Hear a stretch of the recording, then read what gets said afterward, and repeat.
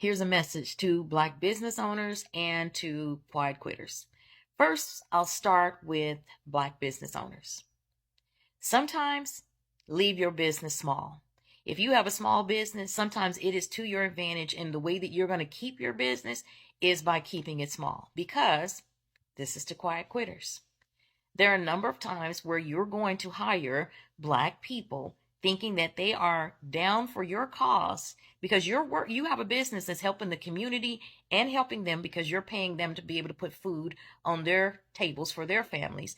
And you think that they're there, that they actually care about your business, and they don't.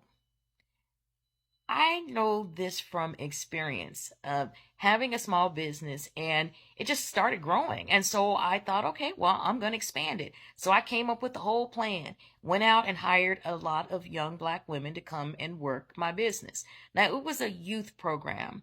So I found I wanted to hire young ladies that wanted to eventually have the same business that I had, or maybe go into education. But the hours that I had, most college students or young ladies working toward what I had opened, the hours weren't comparable with their college. So I ended up hiring a lot of young ladies who were junior college, young ladies that had young children that could actually come to work with them, young ladies who graduated from high school. They were in like mid 20s to like 30s. And what I found out is that they did the best interview and was all gung ho and just down with the cause. And one day I had to go to a funeral and I wasn't there to watch them.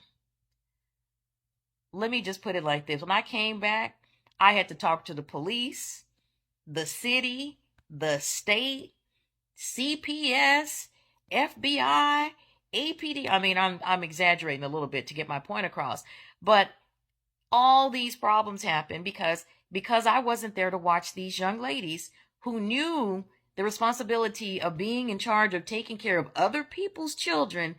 Because I went to a funeral, they sat around and talked all day, ate, had a party, left early, and left early. All types of issues happen, and I won't go into them, but you can only imagine. This brings me to this story that I uploaded, and I'm stitched here. If you look at this story, this is a woman of color that has a business, and you can see the stories. She hasn't had any problems with the state or anything with her daycare. One day, she's not there. Next thing you know, she's on national news because one of the workers left early. They weren't in compliance. They didn't make reports like they were supposed to because she wasn't there. And I think this goes along with that quiet quitting culture. Don't treat our businesses, and I'm talking people of color, Black women businesses in particular, don't treat our businesses as if you would if you were working for a Fortune 500 company. My little business, in which I'm paying you sometimes instead of paying myself because it's a small business that I'm building, I'm not corporate America.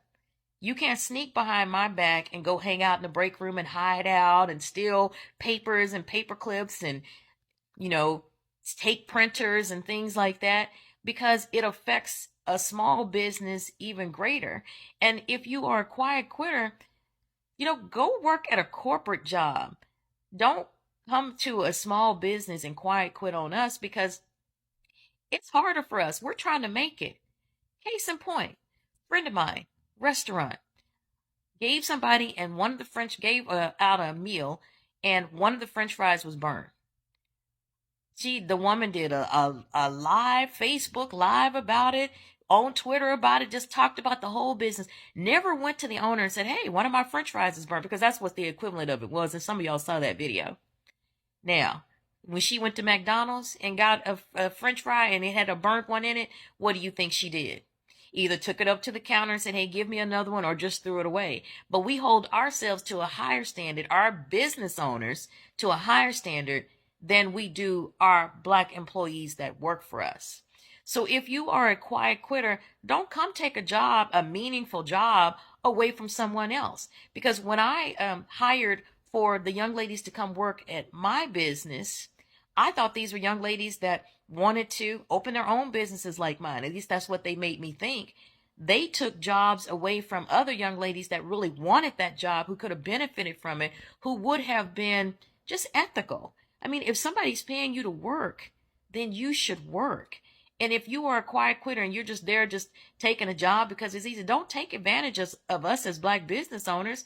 Go take advantage of the ones in society that have taken advantage of all of us and who take advantage of black businesses.